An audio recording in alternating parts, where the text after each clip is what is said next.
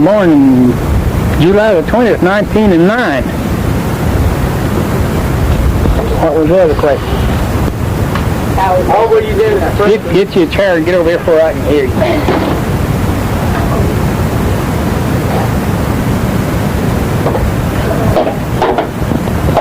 Did you have a job? Yeah, farming. Working on farm. Farming for myself. Breaking wild mules. Planting cotton and corn. In the fall of the year, we'd haul cottonseed from the gin to the oil mill. $4 a ton for hauling them. To haul 2 tons at a load. Model T truck. No, we got paid by the ton. And we had to furnish a truck and load and unload it.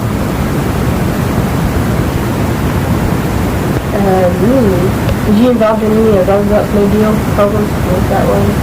Involved in what? Roosevelt's New Deal program.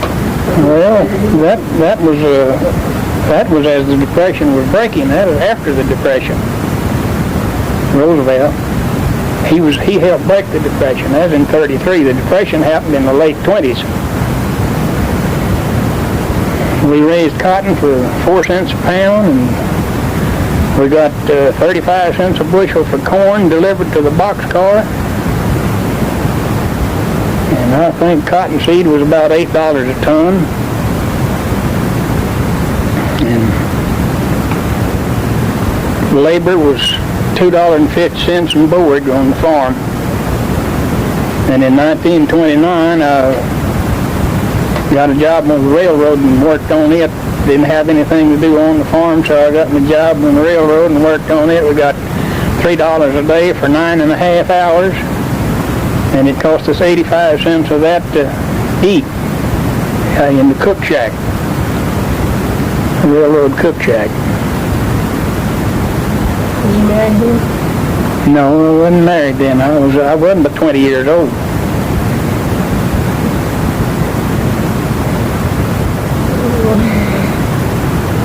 In 1931, we moved over in in Karnes County, out of B County into Karnes County, and we raised cotton and corn over there and broom corn. Raised a crop of broom corn and never could get nobody to buy it after we raised it. Where's B County? Where's B County at? Beeville, South Texas. We go through B County going to Alice.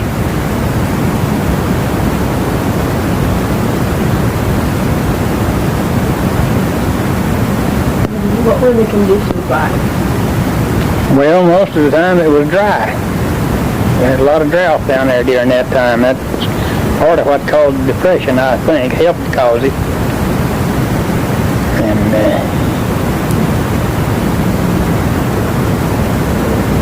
cattle was cheap. You get 2 pounds of pork sausage for a quarter. And beef steaks, 10 cents a pound. And livestock on foot, good milk cow and calf would bring $25 if she had a good calf.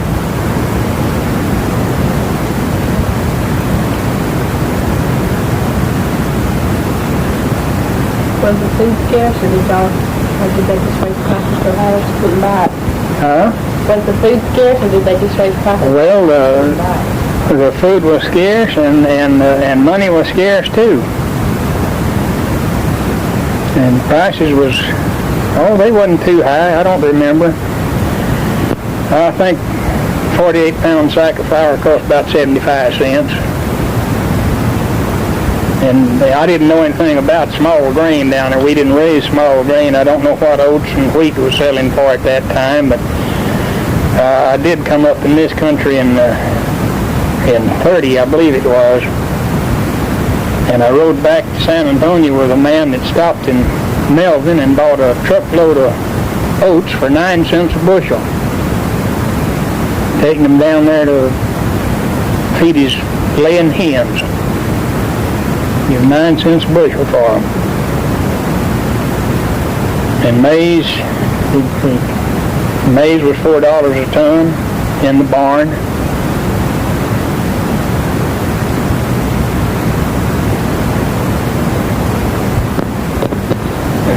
fall of the year when we got our crop all gathered, well, we'd go help the neighbors gather theirs, and we got anywhere from 25, 35 cents a hundred for picking cotton, and 75 cents a day for gathering corn and putting up hay and stuff like that. So the money wasn't too plentiful. When you got a hold of a dollar then, though, you had a whole lot of money in a way. There are a lot of crimes back then, people trying to steal and everything. Well, there was quite a few crimes going on, but not like it is now. We didn't have a crime wave like we've got now. There was still a few them old wild desperados down south of us down there that were still operating in those days. They'd steal cattle and run them across the Rio Grande. I don't know what they done with them over there, but they'd steal them $10 cows and run them across the river.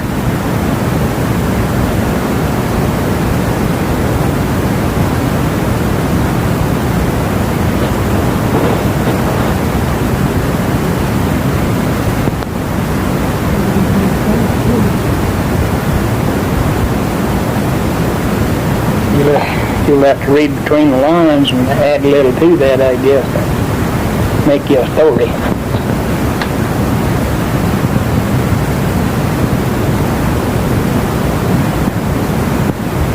What about guns? Did you ever have to carry guns with you for anything? Did you ever have to carry guns with you for anything? No, we never did have to carry a gun unless we was going hunting or something like that. It wasn't that bad.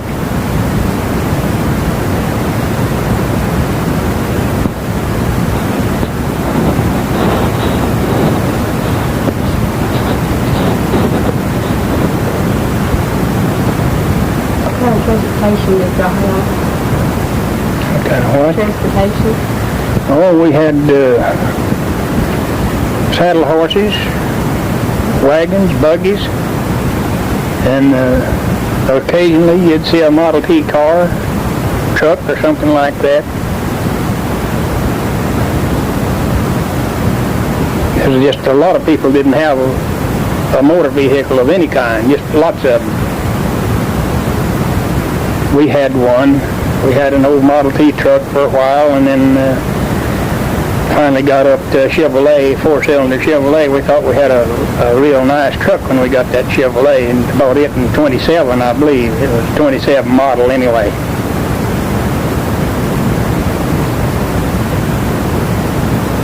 We could haul 4 cows and calves at a load on it. That was the capacity of its hauling. The bed was just a little bit bigger than a big pickup bed now.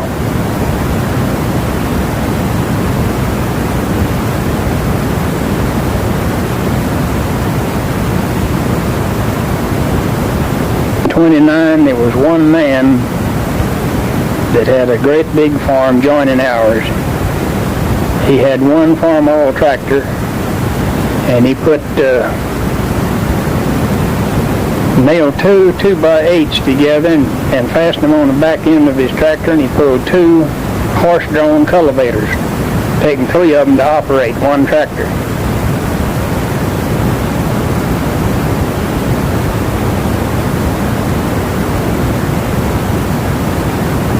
I believe they were 2-row cultivators, and he had them tied on there where he'd leave 2 rows between the plows, and when he turned around, then he'd get those 2 rows that he skipped and go back down. Plow 2 and skip 2. And he was a big farmer. He was really farming in a big way at that time. Those 3 men was working about 700 acres of land.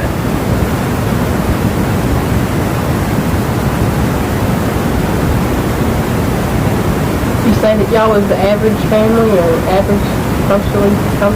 Yeah, just about average. It's all about the same. And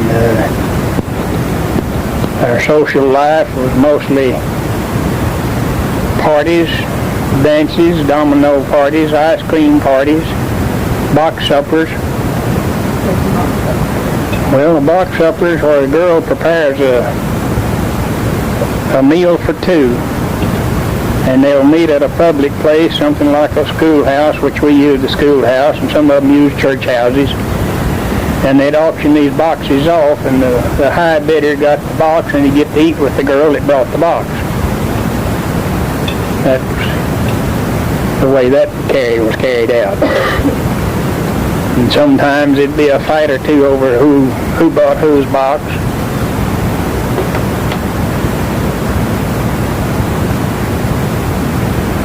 Candy breaking, we had what they called a candy breaking. You put two different kinds of stick candy in a hat box, what we used, and a hole just big enough in the top of this box to get your hand in.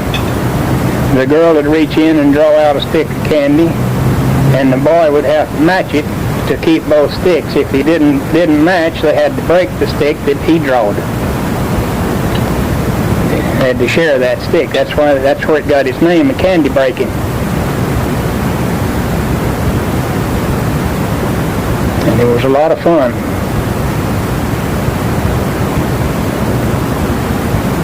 Everybody enjoyed themselves. We worked hard all the week, and on Saturdays and Sundays we had a little community church where we could all go to Sunday school.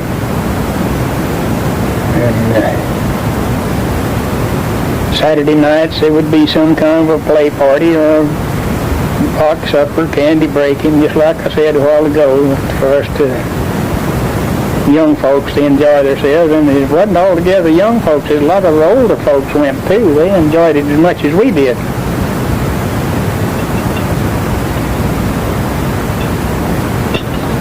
I remember one time I'd been working hard all the week, working young mules, and just pretty hard work. And I wasn't but, I guess maybe I was 16 years old. And Mama and Papa went to town in this old Model T truck, and they come back, and I had a brand new suit of clothes, the first long pants I ever owned in my life. That is, dress pants.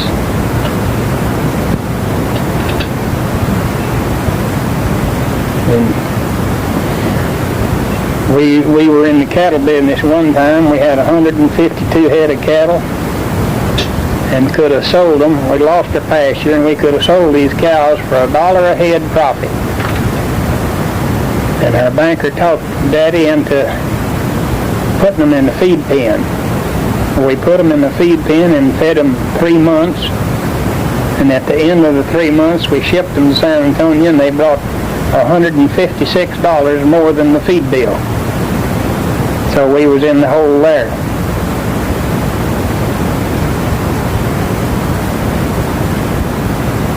Do you ever remember any labor strike? Having any labor strike? No, there wasn't no such thing in those days. You know, that was before organized labor.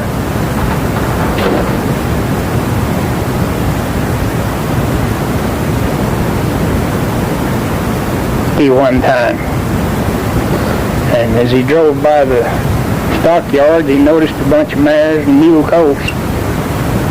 So he stopped in to look at them, and there was a man sitting on the fence, and he crawled up there and sat down by him, talked to him a little bit, and directly the man asked him if he would like to buy those mares and mule colts. He said, well, he would. And he asked him about the price, and he said the mare and colt for $26. And he bought 26 mares with all the mule colts except one that was a yearling mule in the bunch. He got him for $12.50. And we kept him and broke him out, and he brought $200 later on. After things began to pick up and get a little better, why, that one mule brought $200, and paid more than was a whole lot more than the whole bunch cost him.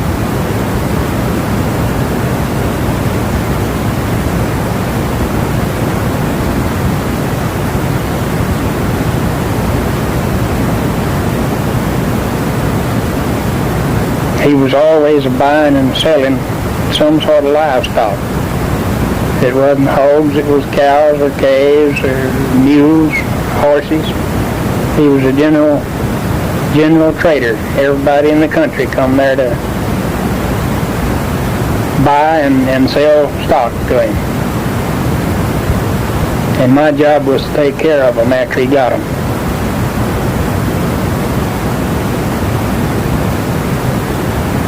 I believe it was in the fall of 1928. We broke, me and my brother Emery broke 26 head of young mules to work. We were farming about, well, let's see, there was a section in one piece of ground and 200 acres in the other, and me and him was farming that and breaking them young mules.